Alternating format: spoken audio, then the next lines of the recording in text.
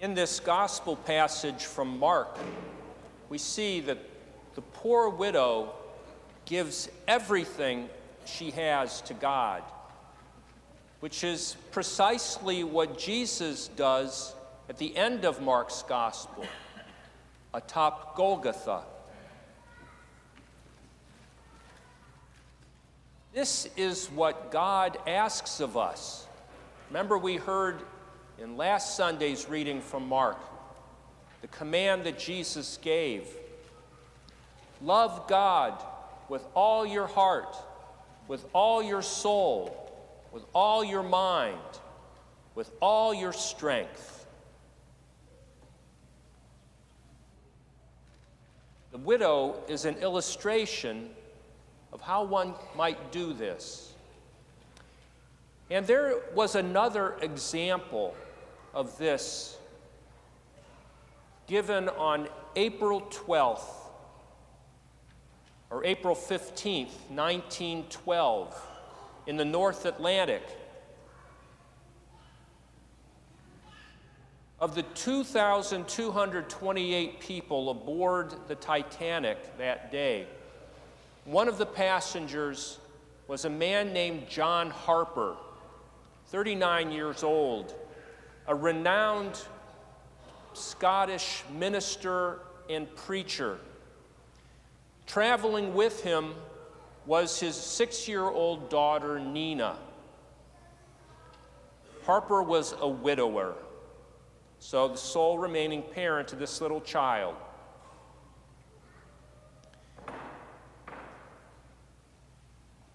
When the ocean liner, the Titanic, struck that iceberg in the early hours of the morning on April 12th or April 15th, Harper ran to his stateroom, scooped up his little child, wrapped her in a blanket, and carried her to a lifeboat where he kissed her goodbye. Now, as the child's only remaining parent, perhaps he could have claimed a seat on that lifeboat, but he chose not to do this. Instead, he preached his final sermon. It took the form of going to people on board this vessel that was sinking and proclaiming Jesus as Savior and calling on them to believe. It was reported by survivors that they saw him on the upper deck of the ship, kneeling, praying for the salvation of terrified people gathered around him.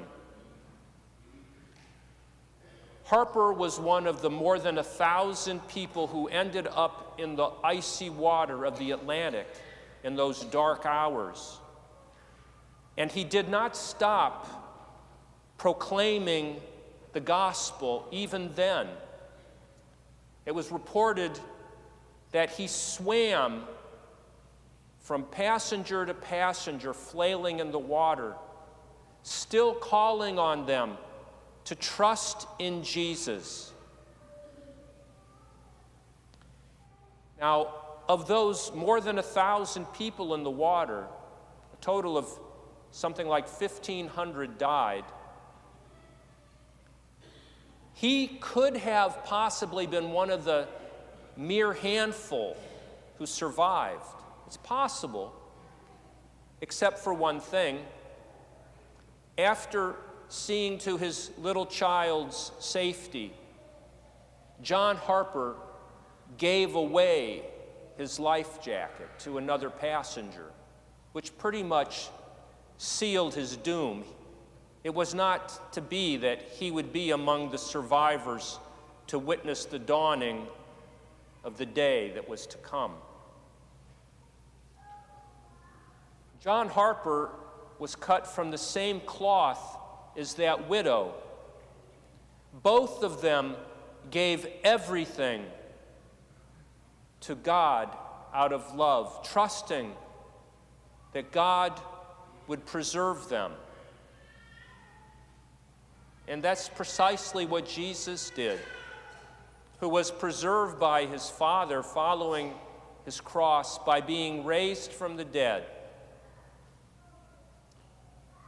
Brothers and sisters, in imitation of Jesus, let us give everything, like the widow and John Harper. We are empowered in this through baptism and strengthened in carrying out this challenge from Jesus, as in a short while we will be fortunate enough to be nourished by his body and blood, and then to go forth from here to do all that he did in proclaiming the gospel and calling on the world to place their trust in him as Lord and Savior.